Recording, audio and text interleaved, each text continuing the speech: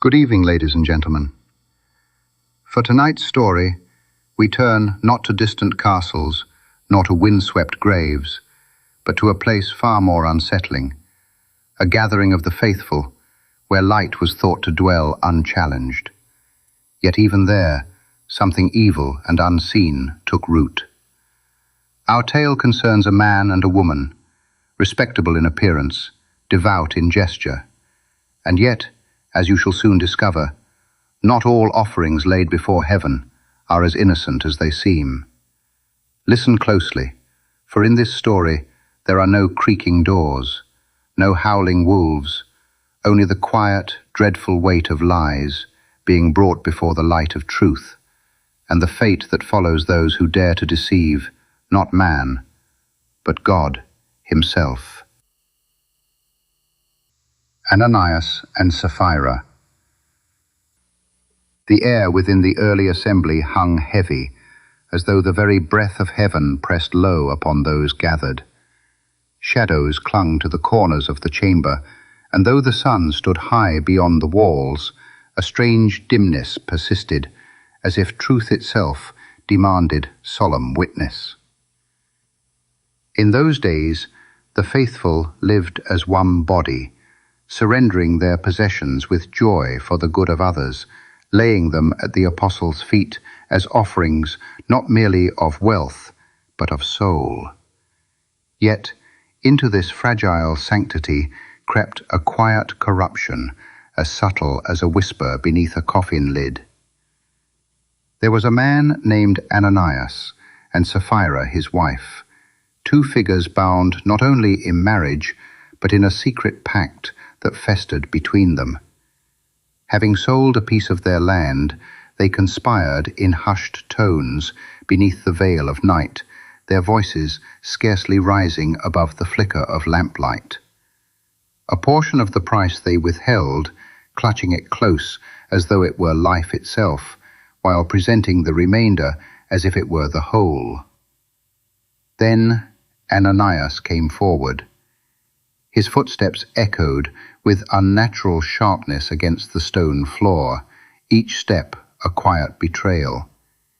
He laid the offering before Peter, whose gaze, piercing and unearthly, rested upon him with a weight that seemed to strip flesh from bone and thought from pretense.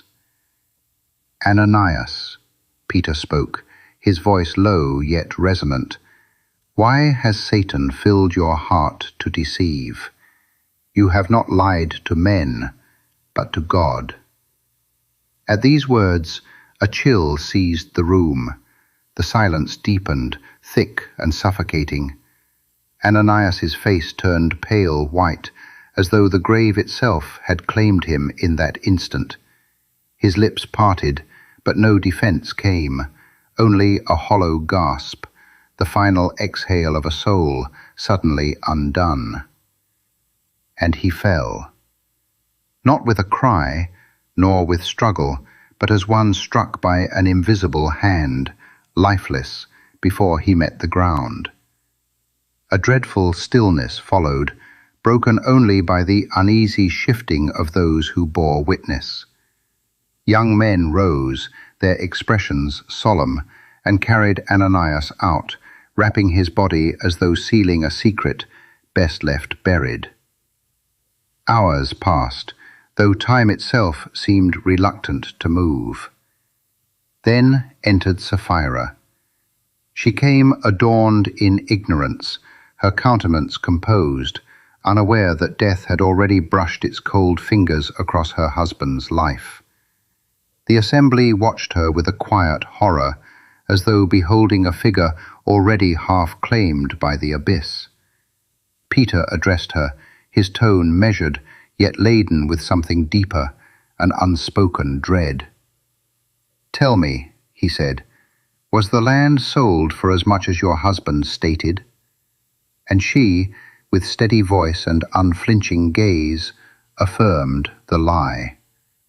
"Yes," she said, "that is the price." A shadow passed over Peter's face, and his reply came like a tolling bell. "How is it that you have agreed together to tempt the Spirit of the Lord. Behold, the feet of them which have buried your husband are at the door, and shall also carry you out. At once her strength deserted her. Her eyes widened, not in repentance, but in the dawning terror of a truth too late revealed. She collapsed where she stood, claimed by the same unseen judgment, her body crumpling in dreadful symmetry to her husband's fate. And when the young men returned, they found her so. Without word, they carried her away, laying her beside the one with whom she had conspired, united now in death, as they had been united in deceit. A great fear fell upon all who heard these things, and upon the whole assembly. For it was no longer merely a gathering of believers, but a place where the veil between the divine and the mortal had been torn asunder, where truth walked unhidden, and judgment came swift as the grave. And long after their names had faded from the lips of men, the echo of their transgression lingered, like a stain that no passage of time would cleanse. For theirs was not a sin of poverty, nor of frailty, but of a more insidious design, the audacity to counterfeit holiness, to cloak falsehood in the garments of devotion, and to presume that the eternal could be deceived as easily as mortal eyes. This tale endures as a sombre testament that the sacred is no refuge for duplicity, and that truth, though patient, is never blind.